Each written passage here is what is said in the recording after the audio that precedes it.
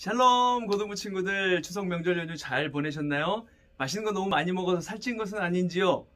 목사님도 원래 먹는 걸 참 좋아하는데 이번에 처갓집에서 명절을 음식을 너무 많이 먹어가지고 너무 많이 맛있게 먹어가지고 살이 한 1kg 이상 찐 것 같아요.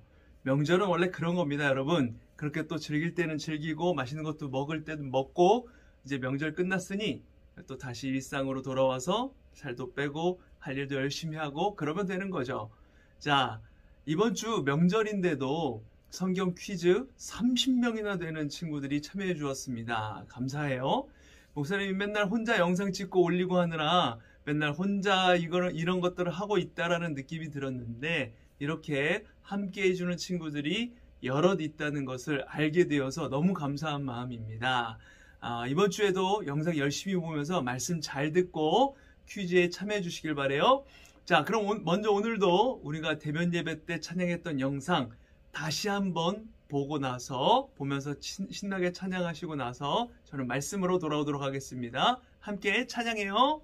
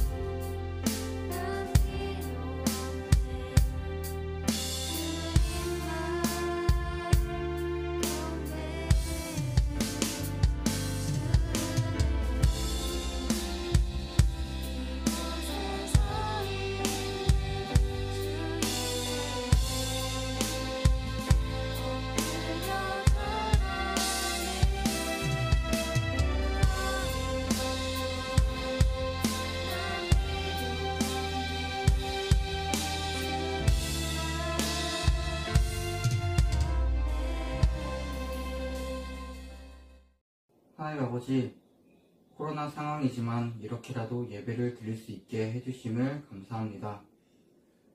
아직 코로나로 많은 것이 힘든 상황 가운데 있습니다. 또한 지속적으로 비대면 예배를 드릴수록 우리는 하나님으로부터 멀어짐을 느낍니다. 우리가 이럴 때일수록 하나님으로부터 멀어지지 않게 영적으로 무장하여 하나님께 의지하길 원합니다. 특별히 고3 친구들을 위해 기도합니다. 현재 각자가 미래를 준비하는 상황이 있습니다. 대학과 취업 등 무엇을 선택하든지 각자가 후회가 남지 않을 수 있도록 도와주시고, 무엇을 선택하든지 그 길에서 하나님께서 예비하신 것을 볼 수 있기를 원합니다. 오늘 말씀을 전하실 박승호 목사님을 위해 기도합니다. 오늘의 말씀이 우리 고등부 아이들의 삶에 필요한 말씀이 되고, 각자 삶을 살아가는 가운데 중심을 잃지 않고 우리의 삶에 꼭 필요한 말씀이 되게 해주세요. 예배의 모든 시간을 하나님께 올려드리며 예수님의 이름으로 기도합니다. 아멘. 오늘 우리에게 주시는 하나님 말씀은 사도행전 다시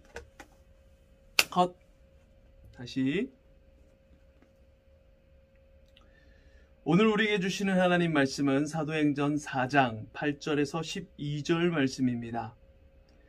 이에 베드로가 성령이 충만하여 이르되, 백성의 관리들과 장로들아, 만일 병자에게 행한 착한 일에 대하여 이 사람이 어떻게 구원을 받았느냐고 오늘 우리에게 질문한다면, 너희와 모든 이스라엘 백성들은 알라. 너희가 십자가에 못 박고 하나님이 죽은 자 가운데서 살리신 나사렛 예수 그리스도의 이름으로 이 사람이 건강하게 되어 너희 앞에 섰느니라. 이 예수는 너희 건축자들의 버린 돌로서 집 모퉁이의 머릿돌이 되었느니라. 다른 이로서는 구원을 받을 수 없나니 천하 사람 중에 구원을 받을 만한 다른 이름을 우리에게 주신 일이 없음이라 하였더라. 아멘.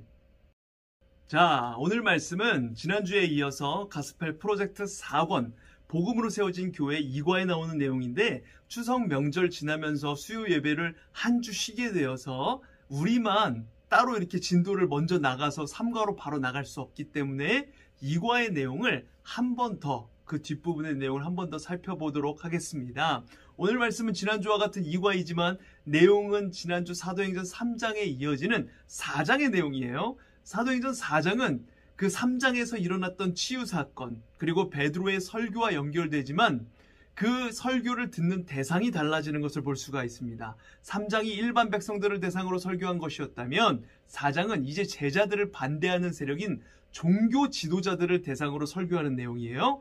베드로와 요한은 3장에서 어땠습니까? 기도하기 위하여 습관적으로 성전에 올라가던 중에 성전 미문 앞에서 구걸하던, 날 때부터 못 걷게 된 자를 고친 사건을 통해서 모여든 사람들에게 설교할 기회를 얻게 되었죠. 이것이 제사장들과 성전 맡은 자, 사두개인들을 분노하게 만들었고, 이들에 의한 핍박으로 연결이 됩니다.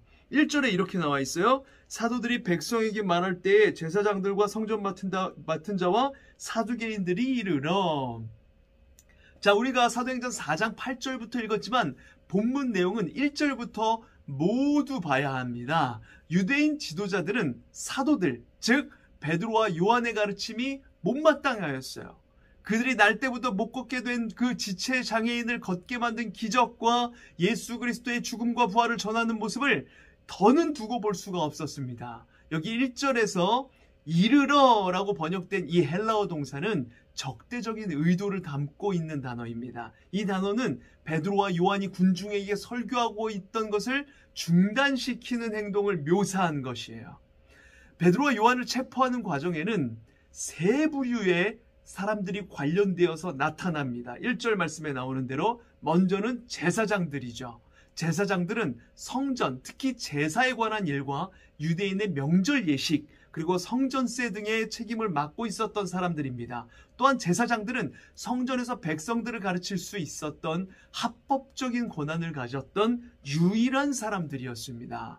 자, 두 번째 나오는 부류는 성전 맡은 자들이에요. 성전 맡은 자는 성전의 치안과 질서 유지와 관련된 그 제반 사항을 책임지고 있었으며 성전 내에서는 대제사장 다음가는 2인자에 해당하는 굉장한 핵심 요직이었습니다. 겟세마네 동산에서 예수님을 체포한 것도 바로 이 성전 맡은 자들이었어요.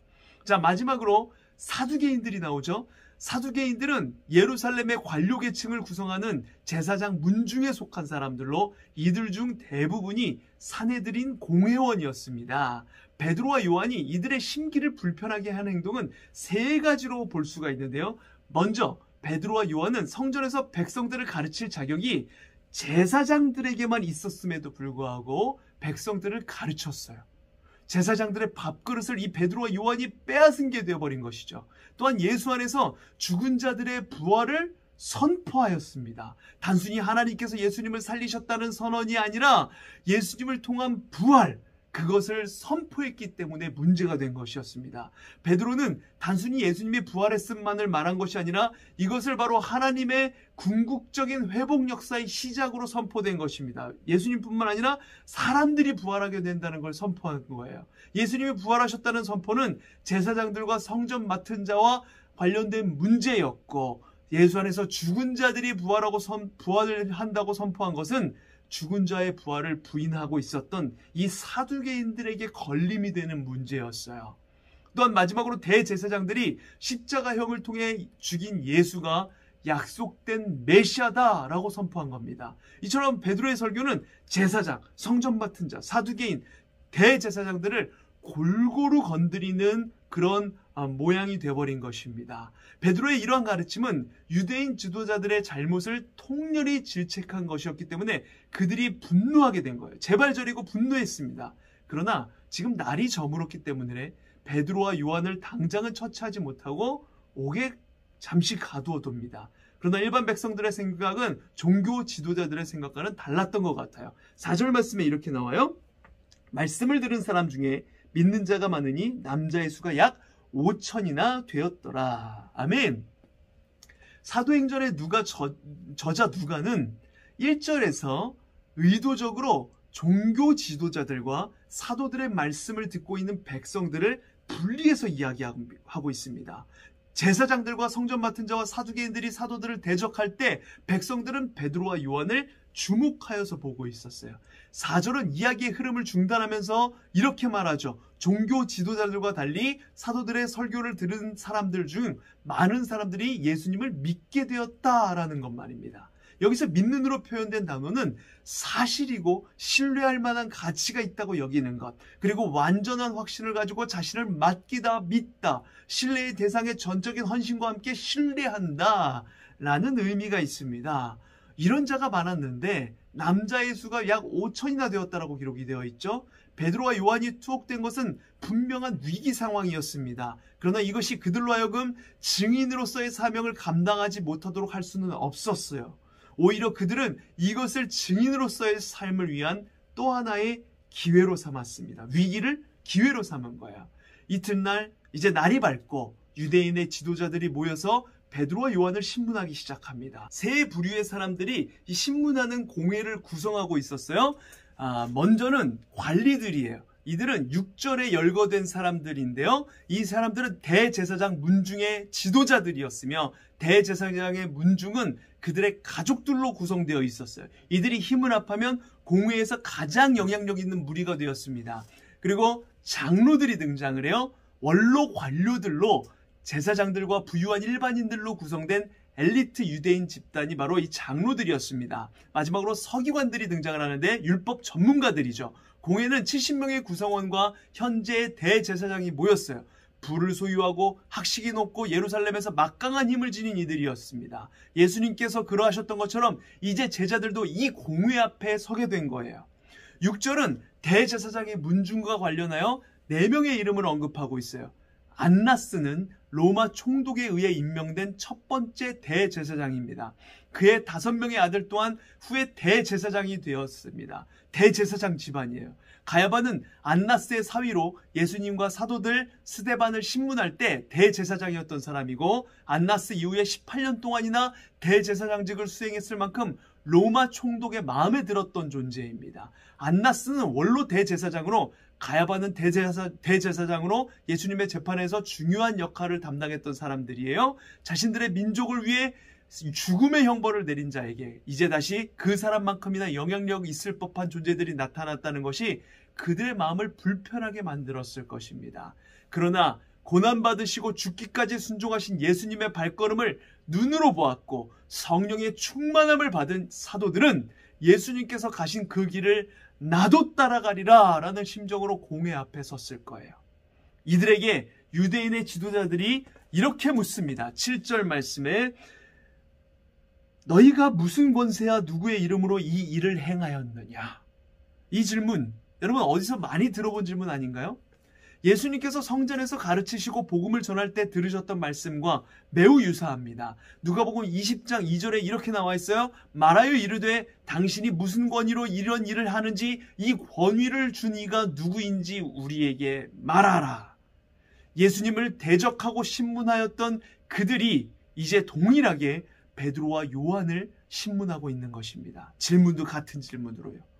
베드로와 요한은 예수님의 재판에 대한 기억이 떠올랐을 겁니다.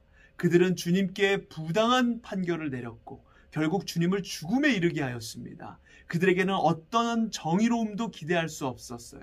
그저 똑같은 운명을 당해야 하는지 자신들 역시 로마 정부에 넘겨져 십자가에 못 박혀 죽게 되는 것은 아닐지 생각하였을 것입니다. 그러나 이제는 과거에 무능력하고 겁에 질려 있었던 제자들이 아닙니다. 예수님께서 떠나가시고 성령의 충만함을 받은 베드로는 감히 주님의 이름으로 담대히 대답할 수 있었어요. 8절에서 10절 말씀에 이렇게 나옵니다. 이에 베드로가 성령이 충만하여 이르되 백성의 관리들과 장로들아 만일 병자에게 행한 착한 일에 대하여 이 사람이 어떻게 구원을 받았느냐고 오늘 우리에게 질문한다면 너희와 모든 이스라엘 백성들은 알라. 너희가 십자가에 못 박고 하나님이 죽은 자 가운데서 살리신 나사렛 예수 그리스도의 이름으로 이 사람이 건강하게 되어 너희 앞에 섰느니라. 아멘. 지금 신문이 진행되고 있는 이유 중 하나는 날 때부터 걷지 못하게 된 이 장애인에게 도움을 준 착한 일 때문이었습니다.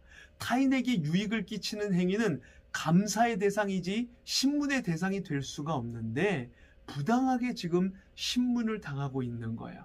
타인에게 도움을 준 행동을 했는데도 말이죠. 베드로는 공회의 이 엄중한 질문 앞에 성령의 충만함으로 엄숙하게 선언을 합니다. 베드로는 공회가 신문할 때 표현했던 누구의 이름으로에 정확하게 맞추어 나사렛 예수 그리스도의 이름이라고 대답을 하죠. 베드로와 요한이 미문 앞에서 그 앉은뱅이 장애인을 일으킬 때 사용했던 표현인 나사렛 예수 그리스도의 이름으로 일어나 걸어라 와도 똑같은 표현입니다. 너희가 십자가에 못 박고 하나님이 죽은 자 가운데서 살리신 나사렛 예수 그리스도의 이름으로. 아멘.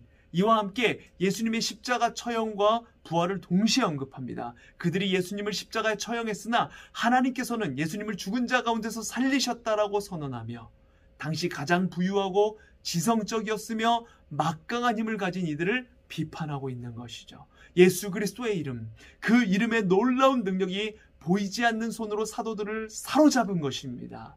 베드로는 이어서 예수님의 충격적인 말씀을 떠올리며 이렇게 말합니다. 11절 말씀에 이 예수는 너희 건축자들의 버린 돌로서 집 모퉁이의 머릿돌이 되었느니라. 아멘.